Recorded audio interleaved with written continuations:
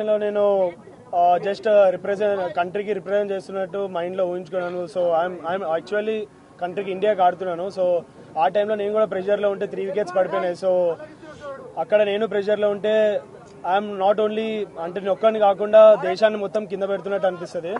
So ఆ టైంలో నేను అదే ఉంచుకున్నాను, దేశాన్ని ముందు తీసుకుని ఈ టైంలో నేను స్టెప్ ఇన్ చేయాలి, లేదంటే మొత్తం హోల్ కంట్రీ వినో పాకిస్తాన్ హౌ హార్డ్ అంటే వాళ్ళు ఎంత గట్టిగా వస్తున్నారు మన మీద అని. సో ఆ టైంలో నన్ను నేను బ్యాక్ చేసుకుని కంట్రీని ఒకసారి మైండ్లో పెట్టుకుని ఆడాను. మీ వరుసగా 3 వికెట్లు పడ్డ తర్వాత మీ ప్లాన్ ఆఫ్ యాక్షన్ ఏ విధంగా ఉంది? టీం నుంచి మీకు ఎట్లాంటి ఏమైనా సూచనలు వచ్చాయా? మీరు అప్పుడు ఎట్లా ఆడాలనుకున్నారు? అసలు జస్ట్ నేను ఒకటే ఆ టైంలో జస్ట్ కంట్రీకి చెప్పాను కదా, జస్ట్ కంట్రీని గెలిపించాలి, కంట్రీని ఊహించుకుంటేనే ఆ సిచ్యువేషన్ వాళ్ళు హార్డ్ వచ్చారు నా మీద, పాకిస్తాన్ వాళ్ళు చాలా హార్డ్ వచ్చారు. బట్ ఆ టైంలో నేను కామ్గా ఉన్నా, జస్ట్ గెలిపిస్తే ఎవ్రీథింగ్ విల్ బి ఓకే, అంటే గెలిపిస్తే అన్ని సెట్ అయిపోతాయి. సో మైండ్లో అది ఒకటే ఉండే, just I want to win my country.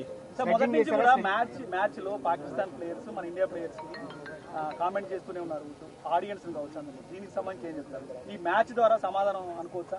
Sledging పైన అఫ్ కోర్స్ పాకిస్తాన్ అంటే ఈ మన ఆపరేషన్ సింధూర్ తర్వాత ఇంకా చాలా హార్డ్గా వచ్చారు వాళ్ళు మా మీద. మేము ఆడేది game, it's just a sport. So ఆ టైంలో ఎమోషన్స్ తీసుకుని ఆడితే స్పోర్ట్ ఆడలేము. సో ఆ టైంలో నేను కామ్గా ఉండి ఐఎమ్ సో పేషెన్స్ చాలా అన్నారు, చాలా విధంగా చాలా చెప్పారు. బట్ కెమెరా ముందు అవన్నీ నేను ఇప్పుడు చెప్పలేను. బట్ ఆ టైంలో నేను కామ్గా ఉండి రిజర్వ్ ఉండి ఐ నో ఓన్లీ బ్యాట్తోనే మనం గెలిపిస్తే ఎవ్రీథింగ్ విల్ బి అంతా ఇంకా కామ్గా అయిపోతారు వాళ్ళు. హరీష్ రావు లాస్ట్ ఓవర్ అంటే వరల్డ్ క్లాస్ బౌలర్ ఏమనిపించింది? ఎట్లా ఉంది అంటే ఏమనిపించింది లాస్ట్ ఓవర్ ఫేస్ చేసే ముందు? World class bowler of course, but ఆ టైంలో నేను నన్ను అనుకున్నా I'm the best player. India is always best. India is far అన్నిటికన్నా చాలా పైన ఇండియా అనేది.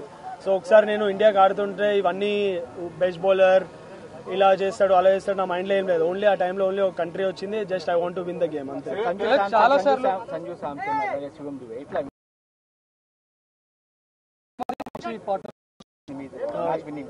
ఆ టైంలో నేను చెప్పా ఏమైనా ప్రెషర్ ఉంటే నేను అబ్జర్వ్ చేసుకుంటాను, బట్ మీరు ఒక ఎండ్ నుంచి జస్ట్ స్ట్రైక్ రొటేట్ చేయండి, నెక్స్ట్ వేరే ఎండ్లో ఏం ప్రెషర్ లేకుండా నేను క్యారీ చేస్తాను వికెట్ని అని చెప్పి సంజుని చెప్పాను. సంజు కూడా చాలా క్యామియో చాలా ఇంపార్టెంట్ ఆ టీంకి ఆ టైంలో. నెక్స్ట్ దుబే వచ్చాడు. దుబే వాజ్ స్లైట్లీ కొద్దిగా ప్రెషర్లో ఉండే స్టార్టింగ్లో, తర్వాత ఇన్నింగ్స్ చాలా బాగా బిల్డ్ చేశాడు. సో దట్ హెల్ప్ నాకు పర్సనలీగా యాజ్ ఎ పార్ట్నర్షిప్ హెల్ప్ అయింది, also for the country. Last over pressure ఎలా ఉండేది? లాస్ట్ ఓవర్ లో మెయిన్ గా Sanju Dube sorry last over లో మెయిన్ గా ప్రెషర్ ఎలా ఉండేది? Sanju Dube out last over చాలా ఇంపార్టెంట్. నేను ఆల్రెడీ దుబేకి చెప్తా ఉన్నాను, సో ఒక ఎండ్ నువ్వు ఆడుతా ఉండు, వేరే ఎండ్ నుంచి నేను కవర్ చేస్తానని చెప్పి దుబే కన్నా.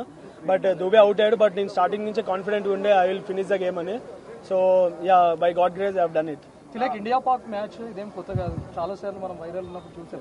కానీ ఈసారి చాలా సైన్స్ చూసాం, ఫ్లైట్ పడిపోయినట్టు కానీ మిజైల్స్ వచ్చినట్టు కానీ, ఈవెన్ దానికి అపోజిట్ రియాక్షన్స్ కూడా మన టీమ్ ఇండియన్ ప్లేయర్స్ నుంచి చూసాం.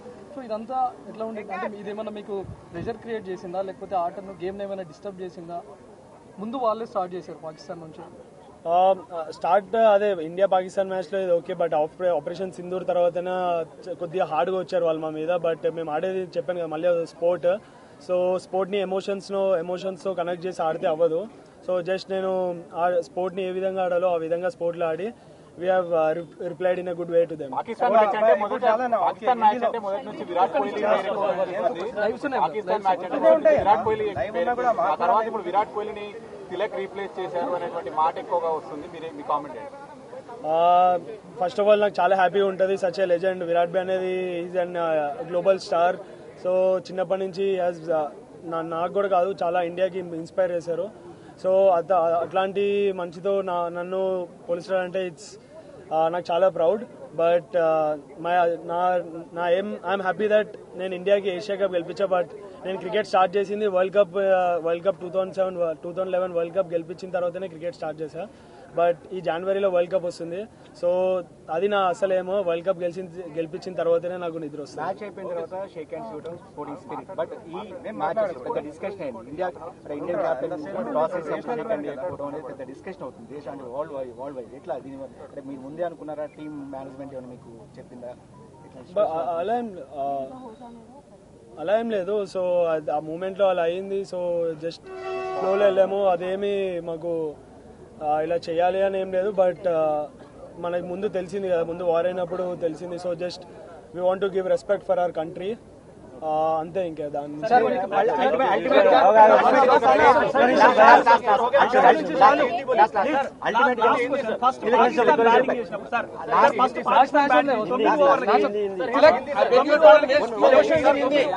పాకిస్తాన్ ఫస్ట్ బ్యాటింగ్ చేసినప్పుడు 9 ఓవర్లకి భారీ స్కోర్ చేసింది. సో అదే సిచ్యువేషన్ కొనసాగితే దాదాపు 170, 180 వెళ్తాది అనుకున్న సమయంలో మన ఇండియన్ బౌలర్స్ కావచ్చు కట్టడి చేశారు. సో స్ట్రాటజీ ఎట్లా అవలంబించారు, ఏమనుకున్నారు? 9 ఓవర్స్ వాళ్ళు భారీ స్కోర్ చేశారు కదా, అదే టెంపో కంటిన్యూ అయితే 180 దాకా వెళ్ళింది. సో తక్కువ చేశారు కదా, దానికి సంబంధించి ఎట్లా స్ట్రాటజీ చేశారు?